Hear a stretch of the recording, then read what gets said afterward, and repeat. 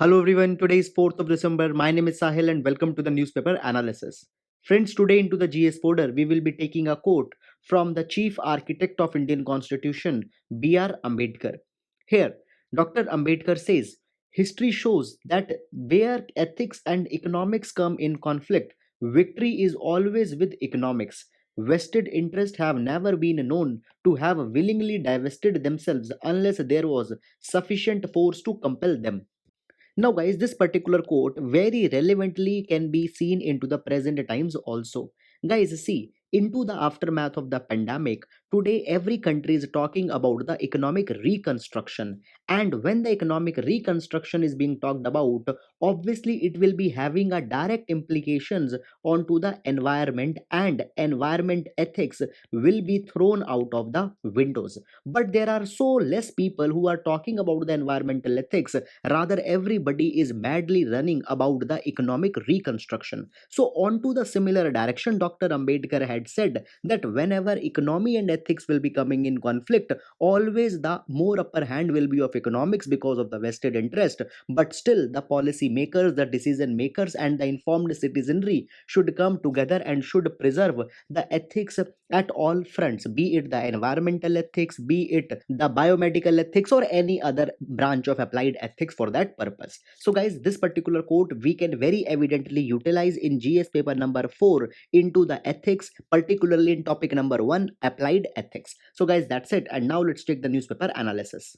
Now, guys, first of all, let's have a look onto the newspaper articles that we will be discussing today. Guys, the first article has been taken from the Mint newspaper and it is talking about the NFO. So, what are these NFOs? We'll be discussing from the scratch. Then, guys, this article has been taken from the Indian Express and it is talking about the NRIs who are being talked about to give the right to postal ballot voting system. Now, guys, here there is also, you can see that the Dabur has given their ad where they are talking about the NMR profiled raw honey. It is only into the context of the recent controversy that has happened. We have seen it, the Honeygate scandal. So anyhow, guys, the marketing propaganda goes on. Now, guys, the next news is with respect to the India's neighborhood policy. What changes, what problems, and what way forwards are there? We'll be seeing it. Then, guys, this next article is about the right to conscience given under article number 25. Then, guys, this article, it is talking about the development where the Supreme Court had said that not wearing the mask is a violation of the fundamental right. Then, guys, it is talking about the lottery and gambling being under the gambit of GST. Thus, onto the same lines, there is an article where the ban onto the online gambling has been seeked. Then, guys, this article, it is talking about the slave labor cotton. So what it is, we'll be seeing it. So, guys, this is all about the important articles that we will be discussing up today. Now, guys, let's them discuss in detail. Now, guys, this first article has been taken from the Mint and it is talking about the recent resurgence that has came into the NFO. Now, guys, this particular article is very important for our GS paper number 3, Indian economy, as well as it is also important for the prelims examination. Now, what do we understand by NFO first of all? Now, guys, you need to understand the mutual fund before going into the NFO. Now, guys, mutual fund is a vehicle to invest your money. Now, just suppose that this is Mr. A and Mr. A is having some money which he wants to invest, but he don't know that where his money should be invested. But there is a principle that your money should be invested across diverse portfolios. Now, guys, Mr. A is not having such kind of knowledge. What he does, he goes to a fund manager or he goes to an asset management company. Now, this asset management company will say that, okay, you give us your money, and along with the money of Mr. A, they will be taking money from large number of people. And when a large amount of money this asset management company will get, then this money they will be investing into the different kind of portfolio, into the different companies share. They will be investing their money into the different debentures. They will be investing their money. Now, guys, whenever we are talking about the mutual fund often they are directed on a specific segment. For example, if you want that your money should only be invested into the shares, then there are the specific mutual fund which invest only into the shares. Now, there could be 10, 20, 15 countries companies where your money will be invested but only into the shares.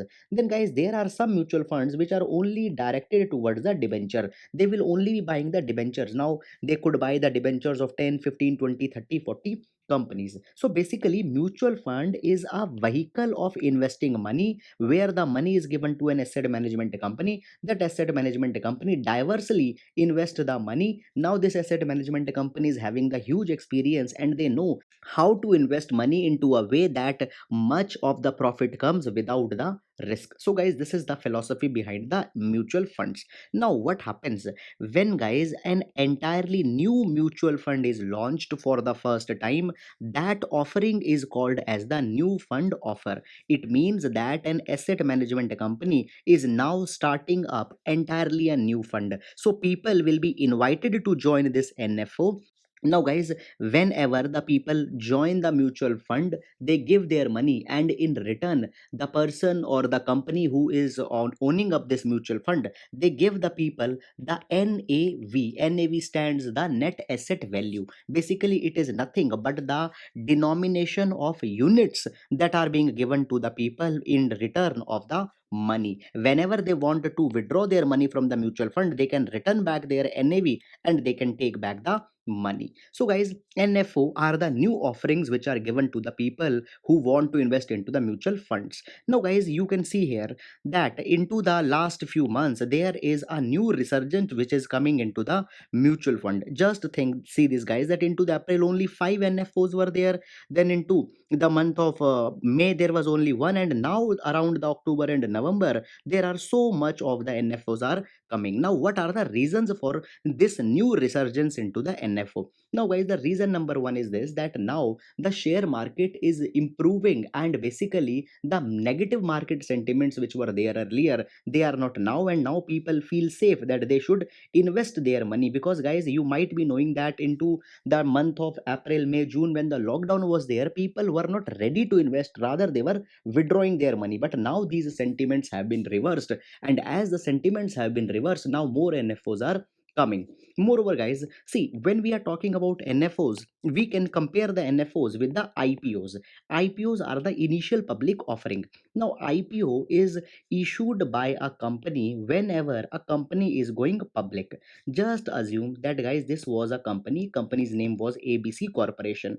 Now the ABC Corporation wants to raise the new capital for the expansion, and ABC Corporation thinks that okay, now we will be collecting money from the public, and they issue their shares to the general public. So when for the first time the company will be issuing their share, that is called as IPO. Now IPO is different from the NFO, because guys, into IPO, number one, you will be getting directly shares only of one company, whereas into the NFO you will be giving the money, and in return there are so much of the diverse portfolios in which your money will be invested. Second difference guys here is that when you apply for IPO, there is no guarantee that you will be getting the desired number of shares, because just there could be a case that suppose only 100 shares were there to sell and 500 people had applied. So guys, there might be a possibility that only into the ratio of 1 is to 5 you will be getting the share.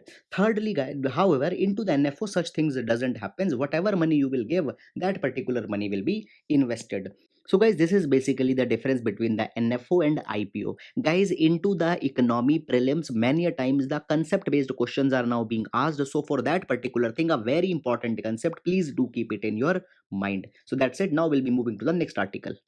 Now friends, this particular article is taken from the Indian Express, and it is talking about the recent decision taken by the Election Commission of India, where Election Commission is exploring that the NRIs should be allowed for the postal votes. Now guys, let's see this particular thing, a very important concept for our GS paper number 2, electoral reforms, as well as for the polity into the prelims also, it is an important topic. Now guys, I will be explaining this entire thing from the very scratch. So what has happened now? Now the Election Commission has approached the Ministry of Law and had asked that NRIs should be allowed to vote via the postal ballots.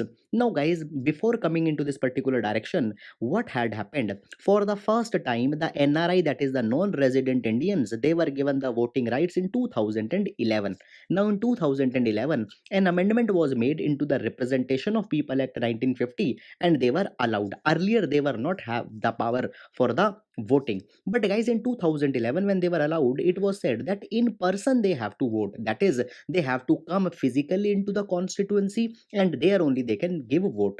Now guys, this particular issue became problematic because there are large number of people who cannot actually physically come to India because the cost factor is there, then their employment, their engagements, and so much of the problems. So guys, in response, in 2013 and 14, three petitions were made into the Supreme Court where the NRI community asked that they should be given some alternative way by which they can give the vote. And guys, in response, in 2014, a 12-member committee was constituted, and this 12-member committee was said that okay, you explore that whether for the NRIs we can constitute a mechanism for the online voting, or voting by these people at their mission at the embassy into the foreign country, or thirdly by the postal voting. Now this particular committee explored this particular concept, and they said that number one, online voting cannot be allowed because then it will be compromised onto the secrecy. Secondly, they said that voting at the embassy will also not cannot be allowed because their resources are not there into the embassy that they can conduct this entire exercise. And thirdly, guys, they said that postal ballot or the proxy voting, these are the two things which we can actually explore. Now guys, proxy voting, first of all, what does this means? Proxy voting means that if there is Mr. A and Mr. A is living into the USA, now when the voting will be there, Mr. A will say that there is other person, Mr. B, who is living into the India into my constituency. I am decentralizing my power to vote to Mr. B. On my behalf, Mr. B can give the vote. So this is called as the proxy voting. Now guys, what happened in 2017? The Lok Sabha, the cabinet gave the approval that in India proxy voting should be allowed, should be taken up. A bill was raised into the Lok Sabha, it was even passed into the Lok Sabha, but guys, finally the bill lapsed, it was not passed into the Rajya Sabha, and the proxy voting did not be, it was not able to be implemented. Now what has happened in 2020? Now guys, the Election Commission of India, for the NRIs, it has not raised the proxy, rather it has said that by the postal ballot the NRIs should be given the power to vote. Now what will be these postal ballots?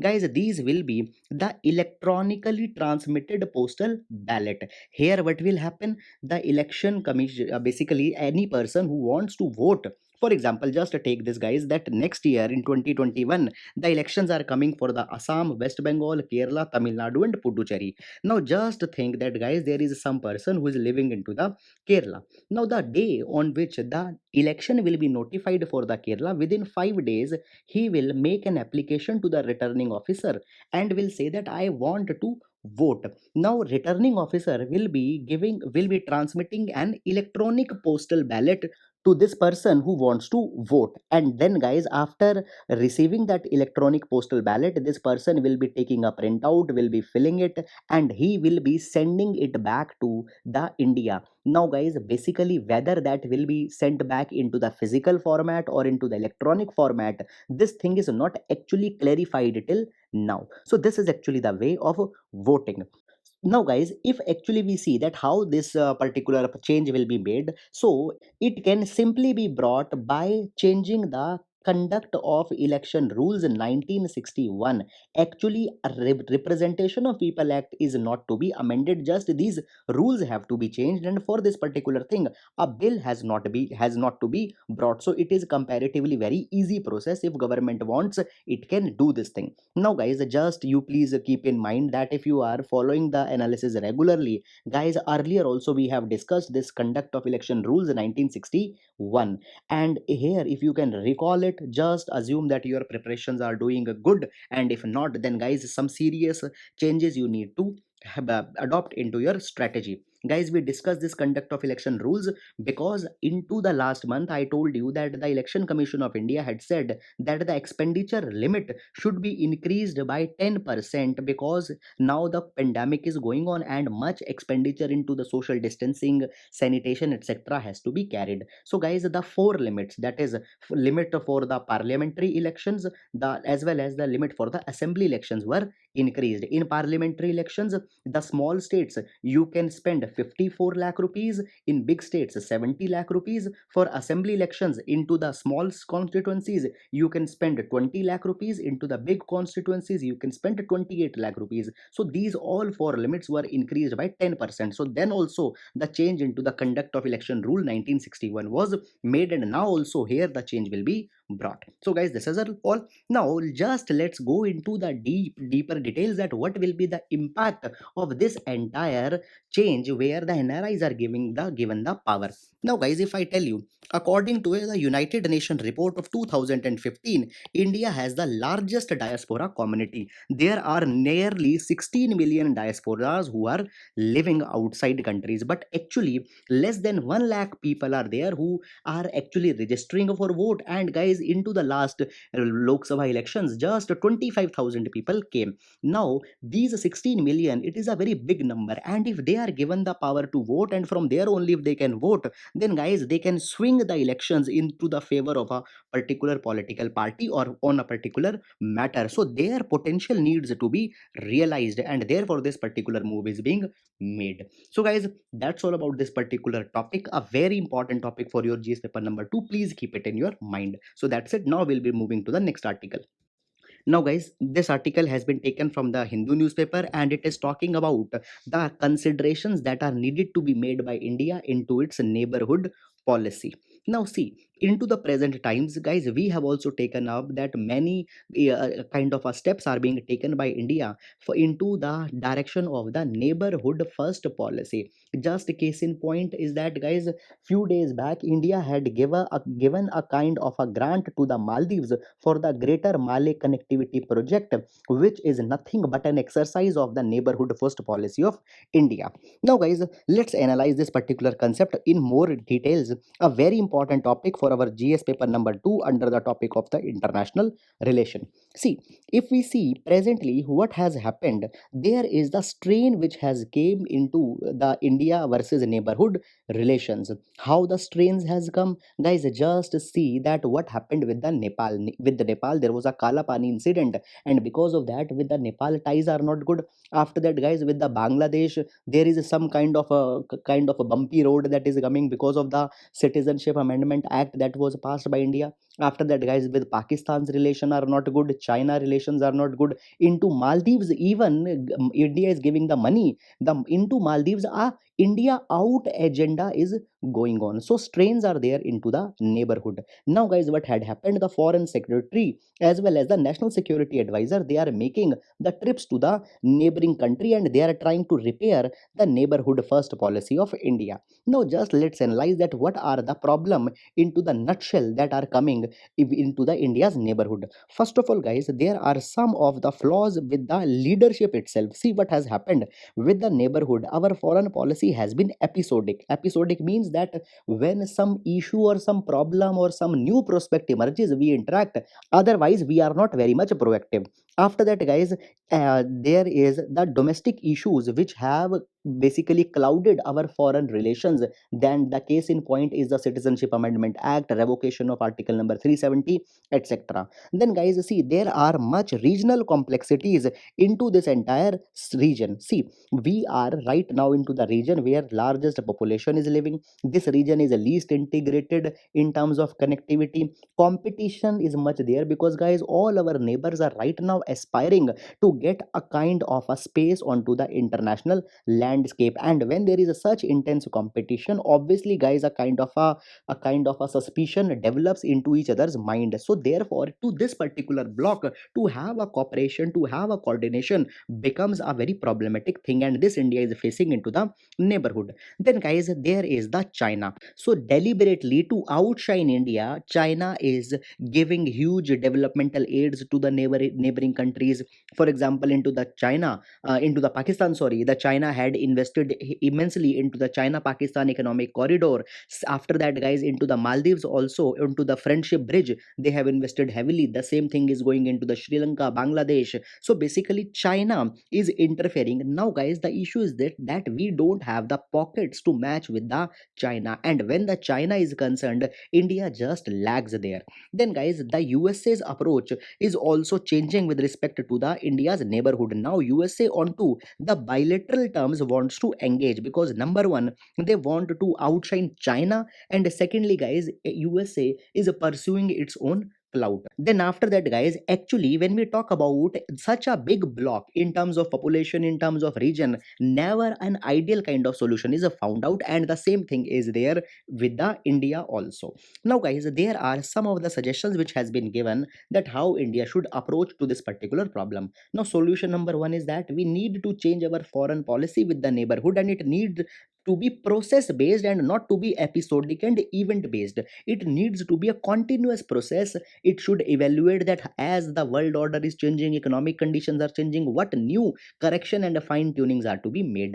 Then guys, second way ahead we will be taking from the recent book that has been launched by the Minister of External Affairs, as Jaishankar. There he had talked that with the neighborhood we need to show the generosity, that is the big heart, as well as the firmness, and both these things should go hand in hand. So generosity and firmness needs to be shown. After that guys, there also needs to be the clarity of vision. See, we ourselves are not knowing that what we expect from our neighborhoods. See this thing guys, that China will be there. Now you cannot, number one, say clearly that our neighborhood will not be interacting anyhow with the Chinese capacity, because the countries, our neighbors, they also have their national interest.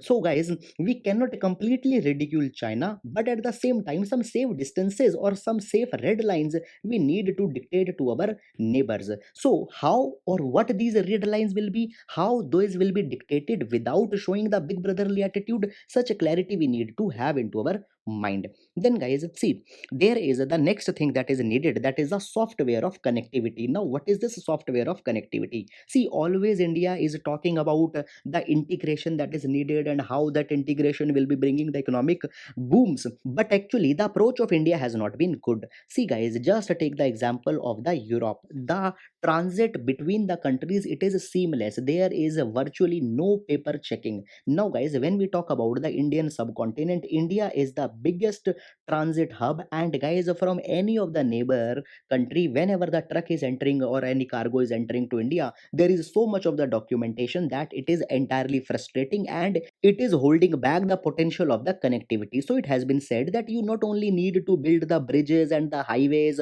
or the agreements such as the BBIN etc are needed to be made, rather into your rules, procedure, entry rules, documentation etc, you need to make the change so that we can integrate our neighborhood more properly with us. Then guys, fifthly, what we can do, see, now when we are talking about the present times, the countries such as Japan, Australia, USA, all are showing very much interest into our neighborhood. Now what we can do, we can bring all those countries together, and guys, we can take up their cooperation so that we can match the Chinese financial pockets. Now guys, into this particular thing, always a threat comes that if India will enrobe these countries, then guys, they will pursue an independent approach with the neighbor. But it has been said that there guys, by adequately enroping the diplomacy, India can say that the cooperation will only be there if the Indian primacy will be given the more importance. So with the Indian primacy, other countries should be enrobed. After that guys, it has been said that please consider about the SARC. Now what has happened, the SARC is nearly dead, because guys, into the SARC, the Pakistan is also the member, and India is not attending the SARC summit level meetings because India accused Pakistan to spread the terrorism, and India is exploring the other kind of platforms, that is the BIMSTEC. India is exploring the BBIN and says that the SARC we will not be pursuing. But guys, it has been said that actually SARC should not be abandoned altogether, because if India will not be there, then Pakistan will bring China into the SARC, and into that particular thing guys, India will again be left out. So please think about the SARC question, whether to taken up or whether not to be taken up, and whatever is the approach, it needs to be well considerate, well thought. So guys, these are some of the suggestions into this particular light that has been made. Guys, very good article. So these particular points, please do note them down and utilize them into your answers. So that's it, and now we'll be moving to the next article. Now guys, this particular article has been taken from the Hindu newspaper. Now into this article, there is guys a kind of a element of a criticism of the ruling government, the criticism as that how right now a communalization bigotry is being taken up by it. But guys, such things overtly are not that much relevant for our UPSC exam, so a selective reading we need to make. Now guys, see what has happened. Right now there is an entire spate that is going into the country against the love jihad and all such kind of things. Now see, there are some people who genuinely love each other and they want to get married, but they happen to be from different religions. Even those people are being targeted by the fringe elements. Now guys, see what has happened into this particular light. Recently the Allahabad High Court has given a judgment, and it has said that if any person is making a religious conversion for the sake of marriage, then that particular conversion will not be called as wrong or void. Rather, it is just an exercise of the personal liberty. Now guys, into this particular direction, some guidance has been taken from the Puttaswamy case judgment. Now into the Puttaswamy judgment, it was ruled by the Supreme Court that privacy is a fundamental right, and guys, any person making any call onto their personal life is a matter of privacy. So Allahabad High Court had said that your religious conversion for the marriage are not invalid. Now guys, why this particular thing is being talked about? It is because guys, there was an earlier judgment by the Allahabad High Court in 2014, and this judgment was the Noor Jahan versus state of UP. Here the court said that if the conversion is happening only for the marriage, then that conversion is void. They said that conversion can take place only if there is a genuine change of heart. Now guys, what had happened recently, the article it is exploring onto a case where one lady called as Priyanka Kharwar, she changed the religion and married with the person belonging to the Muslim community. So onto that particular matter, the FIR was made, and it was said that the lady who had converted to the Islamism just for the sake of marriage, that is wrong and the marriage is not acceptable. Now guys, the Allahabad High Court has cleared the mist and had said that there is no problem into that particular thing, and their choice is a matter of their own conscience. And under article number 25, clearly freedom of conscience has also been talked about. So guys, this is a very progressive thing which has been made. However guys, again the problem had not stopped here, and guys, there is the UP government which is again exploring to bring an ordinance, and under this particular ordinance they are bringing that any conversion for marriage will be void. And into this particular direction, they will be finding a base into a old judgment that was the Rev Stanlius versus state of MP. Now what happened into this particular judgment? Guys, by this particular judgment, two of the anti-conversion laws, one from the Madhya Pradesh and one of the anti-conversion law from the Odisha, they were upheld. So on to the basis of this particular judgment, UP will also say that our anti-conversion law is also valid, and then guys, there will be another battle which will be starting. So guys, see, often into the context of the social issues, paper number 1, into the context of personal liberty, paper number 2, these kind of things might be there. So some indirect references of these judgments, these particular things you need to keep in your mind. So that's all about this particular thing, and now we'll be moving to the next article. Now guys, it is a kind of a brief news article which has been taken from the Hindu paper. Here the Supreme Court had said that if any person is not using the mask into the public places or the places which are crowded, then guys, that particular person is violating the fundamental right of the other people, because the fundamental right provides the right to life. And right now we are into the mid of a pandemic, and guys, there is a possibility that the people who are not wearing the mask, they can spread the SARS-CoV-2 virus, and then their right to life will be impacted. So not wearing the mask is the violative of the fundamental right. This has been said. Moreover guys, the Supreme Court has also had stayed a recent direction by the Gujarat High Court. What happened? Gujarat High Court said that all the people who will not be wearing the mask, they will be charged and they will be made to offer the community service at the COVID care centers. Now guys, it has been said that such a cure is worse even than the disease, because guys, if they were not wearing the mask, there might not have been that much of the fear of infecting the COVID-19, which they will be exposed when they will be made to give the community service. So Supreme Court had also stayed this decision by the Gujarat High Court. So guys, this is all into this particular direction, nothing much more conceptual or substantial. So that's it. Now we'll be moving to the next article. Now, guys, this particular article, it is talking about the recent development where the Karnataka High Court had directed the government of Karnataka that they should ban immediately the online gambling. See what has happened. The online gambling, it is into the gray zone. Neither they are completely banned nor they are completely allowed. When we are talking, guys, most of the state government, they had banned the traditional form of gambling, and into the traditional form of gambling, the online gambling has not been covered. Into the same direction, even the Karnataka, the traditional gambling has been banned. And now the government has been given a direction by the Karnataka High Court that they should ban the online gambling until they bring a kind of a regularization. Now, guys, this regulatory vacuum has been seen across the entire country because this online gambling is a new phenomena. Now, guys, onto one related development, there it has also been said by the Supreme Court that the lottery, gambling, and betting, if they are being carried on any kind of platform, see, right now there is a gray area, but still they are being carried. So, they, for the time being, they should be charged under the GST Act, and the taxes should be imposed onto them. So, guys, these are some of the associated development. Guys, you don't need to go too much into the nitty gritties into this particular thing because of the two reasons. Reason number one, this entire matter is evolving, and guys, soon some of the direction will be coming here. Secondly, guys, the gambling laws across the different states, they are separate, and there most of the states there is actually entirely a no regulatory procedure. So actually, into the time being, we need to see that how this particular matter further evolves. So that's it. Now, guys, we'll be moving to the next article.